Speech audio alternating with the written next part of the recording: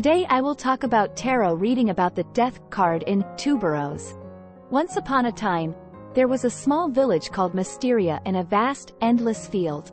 A characteristic feature of this village was the tuberose flower fields growing throughout the village. Tuberose has a very strong scent, has inspired the villagers, and has deeply permeated their daily lives. In this village lived a young woman named Cassia. Cassia's family has been cultivating a tuberose flower garden for generations, and she, too, continues this garden. But Cassia felt that something needed to change in her life, and she wanted to experience a bigger world.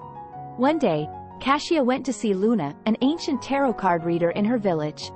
Luna showed Cassia her death card, explaining that this card was a symbol of profound change. Luna told Cassia that this card represented closure and new beginnings, and urged her not to be afraid. Cassia took these words seriously and decided to start her own life anew. She left Mysteria and traveled to bigger cities, where she met new people, had different experiences, and learned a lot.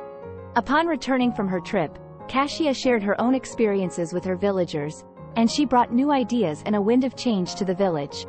Her stories and experiences greatly inspired the villagers, and the village gradually became more modern. Tuberose flower fields have also undergone changes. Cassia introduced new farming methods and flower growing techniques she learned during her overseas travels to further enrich her flower gardens.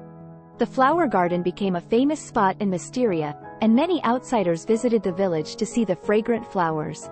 In this way, the tuberose flower garden became a symbol of change and growth, and Cassia's courage and her spirit of exploration were passed down to the villagers through generations.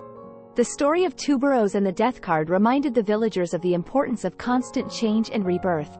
Friends, sometimes in our lives we need moments of change like the death card. I hope we can all find the courage within ourselves to face new beginnings without fear of change.